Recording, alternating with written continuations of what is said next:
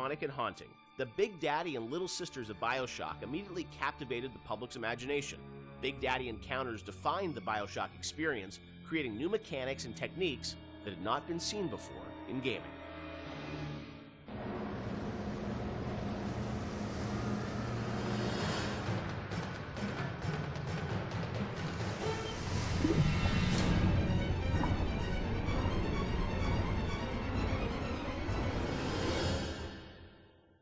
So Big Daddy, Little Sister, such an iconic moment or series of moments in this game. I'm fascinated about how that got layered in, because we talked a lot about the setting and the tone. That is still, to me, a mechanic that I remember was very unique about, choosing to engage the Big Daddy and being a fight that is going to be very aggressive and different than a traditional boss fight. I know you had an idea, Ken, of sort of 3 different types of AIs interacting in the same world.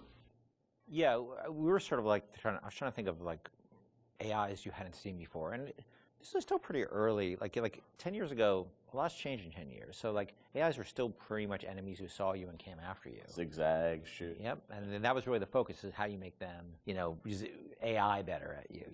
So I started thinking about, are there more primal behaviors to think about? And I was watching a nature show one day. These typical nature shows, and it's observe the mother tiger taking care of her young, one of those kind of things. And I realized that we don't even need a narrator on those shows. We understand certain behaviors just by looking at them. They're very primal, like somebody protecting their young, the predator-prey behavior. Those things were you don't need dialogue for that. And AIs at that point, we didn't have the ability to do a lot of sort of, smart AI. Yeah. So I said, what if their behaviors are just very primal, and we can model those behaviors? So aggro rules is something we knew we can model, right?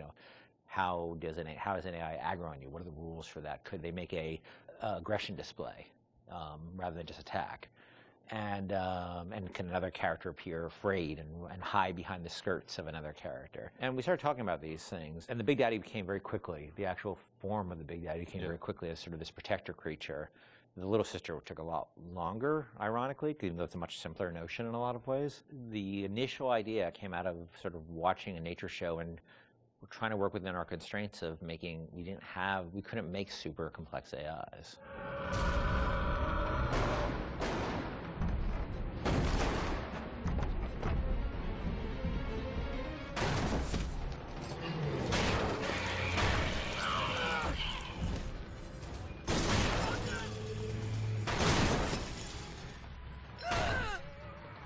That's the Big Daddy. She got it on him. He keeps her safe.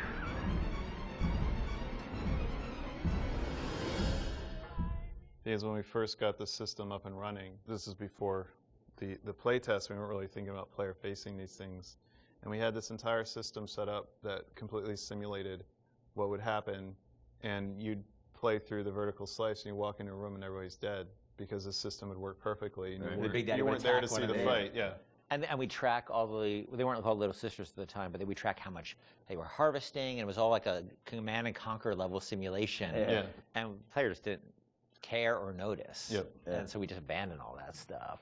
Yeah, so that took us a step towards, how do we present this to the player, then how do we make the gatherers, which we called them at the time before Little Sister design came on, how do we make them empathetic towards the player? How do we make the player want to engage with that? Because at the time they were just slugs. Right. So which is a horrible design. Originally were slugs, right? Yeah. Not actually. Which is a horrible design in so many ways, because you don't care about slugs, and they're also on the ground, so you don't see them. They're not at eye level, and they're dark. So but you still have the trailer had the same, or not the trailer, the demo, or prototype we did, so had the Big Daddy sort of interacting with the little slug. And the slugs crawl around the Big Daddy? Or no, it's this awful little mesh. Right. Yeah. It's like a little beetle, sort of. Uh-huh. Yeah. It was terrible. Yeah. And they were protecting. And they had protecting the beetles. The beetles? What? And the Big Daddies had 2 drills. They didn't have a hand, so there's no way they could It's just fascinating me, because the Little Sister, it's there's such humanity in it, which you really connect with.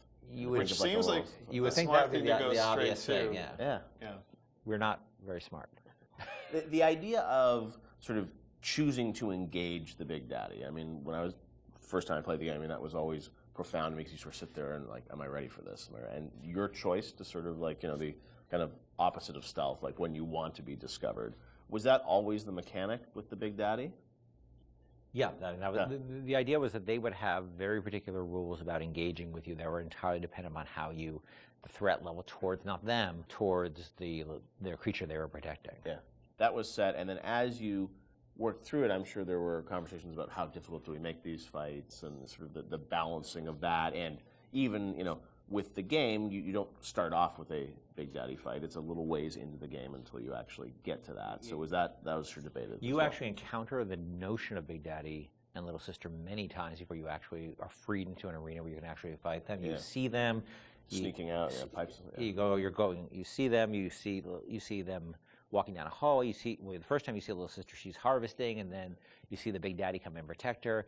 And we realized it was 4 or 5 sequences we had to do to set the stage for these characters. And look, we were hoping they'd be iconic and people would respond to the way they did, because we certainly spent energy on them with the expectation that they'd have an impact that we really just as easily could have turned out that nobody cared. I think the actual very first time, and not a lot of people see it, there's a Little Sister in the vent in Kashmir restaurant that if you're looking in the right direction at the right time, you'll see her looking at you, and then she'll disappear into the vent. It's the eyes. No, it's the actual mesh. Is it the mesh? Because it was easier to do that right. than new eyes, but yeah.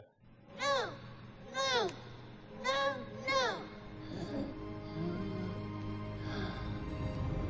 No! Thank you. The path of the righteous is not always easy. The thing as you play through the game, I think the moments with those sort of encounters certainly stand out to the player. For you guys, as you were developing it, was there a debate about how often to sort of have those encounters? Like how many Big Daddies would there be? How would that play out? I mean, was that something that sort of changed as you? No, I think we decided there would be 3. I think it was 3 per level. So 3 and 2 in smaller levels. We did have a third Big Daddy that was mostly finished, but we couldn't make it fun. Like that last 10% of an AI is always like, where's the fun? Like, how do you really make it fun? I think they put it into BioShock too, didn't they? They might have, yeah. They might have, I don't know. But it was fully rigged, fully animated, but we just didn't have the time we needed to really, really polish it. So we ended up shipping with the Bouncer and Rosie. Hunting the Big Daddy, that demo was a huge moment, I think, in the game's kind of marketing campaign. And that really, I think, sold the tension of that battle. When you showed that, did the entire game feel like that, or was that really more of just like a vertical slice of what you wanted the game to feel like? That at that point was more what we wanted to feel like, because the Big Daddy had a lot of problems at that point. But we were confident we could do that. Like, we wanted to make sure that was an experience we could deliver on. And it was like it functioned, but it would do really weird things. Like, it had this tendency at the time to, if you did the wrong thing, that it would turn into basically a super ball and start like a tiny little super ball. The Big Daddy would whoop, turn to a super ball and start bouncing or off the ceiling and walls like a million miles an hour. Do you remember why you did that, or what was going on? I'm sure it was some physics bug that And so that actually happened. Sometimes we were doing the demo, and Joe Falstick, who was the guy running the demo with me in Barcelona, was very good at making sure that he turned away from the Big Daddy. Like, oh yeah, I guess we killed the Big Daddy. He must be dying over there.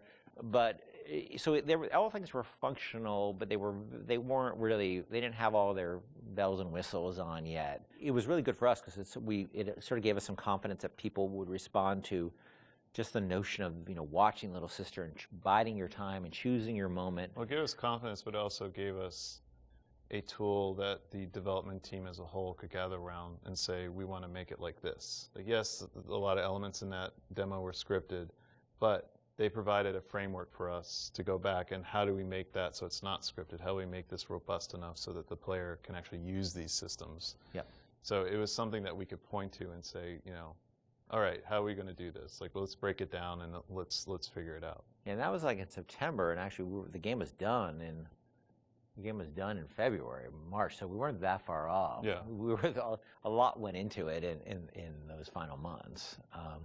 But it was a big confidence boost for us because we thought it was the most important thing about the game, besides the world, was this sort of Big Daddy, Little Sister concept. And if people didn't care about it, it would have been a problem for us because we spent a lot of time on it.